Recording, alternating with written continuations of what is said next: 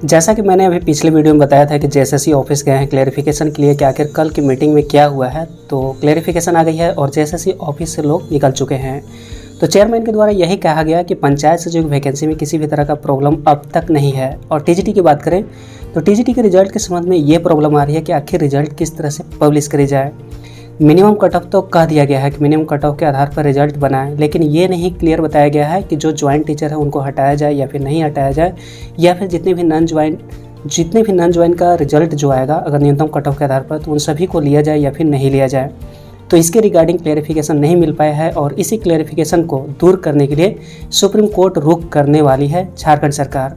और ये रुख करना इसलिए भी जरूरी है क्योंकि अगर मान लेते हैं कि सुप्रीम कोर्ट से फिर से इसे जो रिक्वेस्ट किया जाता है या फिर क्लैरिफिकेशन के लिए जो रिक्वेस्ट किया जाएगा, अगर उसे रिजेक्ट कर दिया जाता है, तो जिस तरह से यहाँ पर रिजल्ट यहाँ पर पब्लिश करी जाएगी झारखंड सरकार के द्वारा या फिर जेएसएससी के द्वारा, सुप्रीम कोर्ट से यहाँ पर क्लैरिफिकेशन करना इसलिए भी जरूरी है क्योंकि जब यहाँ पर गवर्नमेंट जाएगी सुप्रीम कोर्ट से क्लैरिफिकेशन के लिए, तो ज़्यादा चांस है, ऐसा कहना है जेएसएससी के चेयरमैन का, कि ज़्यादा चांस है कि इस रिक्वेस्ट को खारिज कर दिया जाए, यानी कि क्लैरिफिकेशन के रिक्वेस्ट को खारिज कर दिया जाए। तो इस परिस्थिति में जेएसएससी के द्वारा जिस तरह से रिजल्ट पब्लिश करी जाएगी, उसके बाद कोई भी अभ्यर्थी सुप्रीम कोर्ट में अपना अपील दायर नहीं कर सकेंगे, यानी कि कोई भी कानूनी अड़चन नहीं आ पाएगी और इस वजह से रिजल्ट जारी करना आसान हो जाएगा। जब ये पूछा गया कि टीजीटी के रिजल्ट में यहाँ पर टेक्निकल एरर है, तो ये समझ में आ रहा है कि सुप्रीम कोर्ट क्लैरिफिकेशन के लिए जा रहे हैं। तो यहाँ पर पंचायत सचिव के लिए आखिर क्यों जाया जा रहा है? तो उनका यही कहना था कि जब यहाँ पर टीजीटी के रिगार्डिंग जब क्लैरिफिकेशन लेने वाले हैं, तो निश्चित तौर पर पंचायत सचिव के रिगार्डिंग भी लेना जरूरी है, ताकि रिजल्ट पब्लिश करने के बाद किसी भी तरह का यहाँ पर कानूनी पेच ना आ पाए। जेएसएससी चेयरमैन का यह भी कहना था कि पंचायत सचिव का रिजल्ट जारी किया जा सकता है अगर किसी तरह से 229 जो अधियाचना है, अगर इसे वापस करा दिया जाए झारखंड सरकार के द्वारा या फिर कैबिनेट के द्वारा।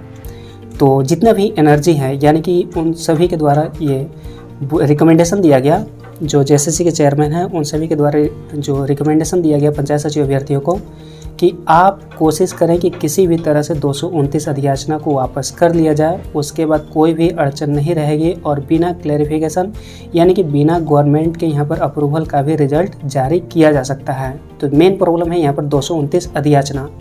229 अधियाचना के संबंध में गलत इंटरप्रिटेशन मत बनाइएगा कि आखिर क्यों यहाँ पर चर्चा किया जा रहा है। तो कुल मिलाकर यही है कि 229 अधियाचना वापस किए जाने को लेकर कुल एनर्जी जो है लगानी चाहिए जितने भी पंचायत सचिव के अभ्यर्थी हैं। निश्चित तौर पर इसके बाद रिजल्ट जारी किया जा सकता है जेएसएससी के द्वारा।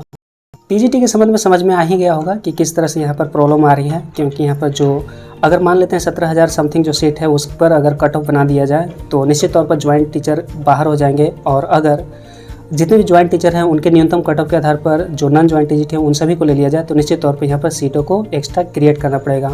तो यही द्वंद्व के बीच यहाँ पर क्लैरिफिकेशन नहीं हो पा रहा है और इसी क्लैरिफिकेशन के लिए गवर्नमेंट सुप्रीम कोर्ट जाने वाली है। कुछ लोग यहाँ पर यूट्यूबर को गलत तरीके से ले रहे हैं, यानी कि जेएसएससी, कार्मिक एंड गवर्नमेंट और यहाँ पर टीजीटी, पीआरटी एंड पीएस की जो लफड़ा है। तो हालांकि यूट्यूबर, आप सभी को बता दूं कि यूट्यूबर केवल मध्यस्थ की भूमिका निभाती है, यानी कि केवल इन्फॉर्मेशन देने का काम करती है। एग्जीक्यूटिव का काम तो यहाँ पर जेएसएससी, कार्मिक एंड गवर्नमेंट को करना है और जो काम होगा टीजीटी, पीआरटी एंड पीएस का होगा। तो ये तो सिर्फ मीडिएटर है, सिर्फ इन्फॉर्मर है। तो इसका कोई भी यहाँ पर रोल नहीं है। यहाँ पर जो भी इन्फॉर्मेशन आएगी बस उसे अपडेट करने का कोशिश किया जाता है विभिन्न यूट्यूबर के द्वारा। हालांकि हमारे द्वारा तो पूरी तरह से कोशिश किया जाता है कि ऑथेंटिक न्यूज़ आप सभी को दिया जाए, और अगर किसी तरह से नहीं सप्लाई करने पाते हैं अगर ऑथेंटिक न्यूज़, तो निश्चित तौर पर उसे अगले वीडियो में सुधार कर देते हैं। तो जो मैंने पिछले वीडियो में 30,000 की बात किया था, तो हो सकता है कि वो गलत हो, लेकिन ऑथेंटिक न्यूज़ ही है लगभग कि 30,000 सेट क्रिएट करने पड़ेंगे और मतलब विश्वसनीय व्यक्ति के द्वारा ये बताया गया है। आप सभी को हम हिंट दे दें। और ऐसा कभी कभी लगता है फ्रेंड्स कि यहाँ पर रिजल्ट जो है 3 दिनों के अंदर आ जाएगी, या फिर कभी कभी 3 हफ्ते, या फिर कभी कभी 3 महीने, या फिर कभी कभी 3 वर्ष। तो ऐसा इसलिए होता है क्योंकि यहाँ पर झारखंड सरकार या फिर जो नियमावली बनी है या फिर जो सुप्रीम कोर्ट का जजमेंट है, तो इस वजह से यहाँ पर इस तरह की परिस्थिति क्रिएट हो रही है। और यहाँ पर उम्मीद है कि 1 महीना के अंदर यहाँ पर क्लैरिफिकेशन का काम यहाँ पर कंप्लीट करा ली जाए, तो निश्चित तौर पर 1 महीना के आसपास फिर जो अगला 1 महीने के बाद जो भी डे आएंगे उस डे में निश्चित तौर पर यहाँ पर रिजल्ट जारी कर दिया जाएगा। तो यहाँ पर पैनिक होने की बिल्कुल भी ज़रूरत नहीं है। पैनिक होने की इसलिए ज़रूरत नहीं है क्योंकि रिजल्ट में किसी भी तरह का पेच नहीं है, बस यहाँ पर पेच है टाइम का। टाइम अधिक लगने वाला है, रिजल्ट में किसी भी तरह का प्रभाव नहीं पड़ने वाला है। बस यही होगा कि क्लैरिफिकेशन लेने के बाद ये होगा कि जैसे ही अगर जिस तरह से रिजल्ट पब्लिश करना आसान, मतलब जो भी इन्हें सही लगेगा जेएसएससी को या फिर गवर्नमेंट या फिर कार्मिक सचिव के बीच जो भी बॉन्डिंग के साथ जो भी निर्णय लिया जाएगा, तो उसके बाद जो है सुप्रीम कोर्ट जा नहीं सकते हैं। बस यही क्लैरिफिकेशन लेना है गवर्नमेंट को। आगे की जो इन्फॉर्मेशन रहेगी आप सभी के साथ अपडेट कर दिया जाएगा। और जितने भी पंचायत सचिव अभ्यर्थी हैं उन सभी का भी मूल रूप से ये ध्यान होना चाहिए कि 229 अधियाचना को किसी तरह से झारखंड सरकार से वापस करवा लेनी है।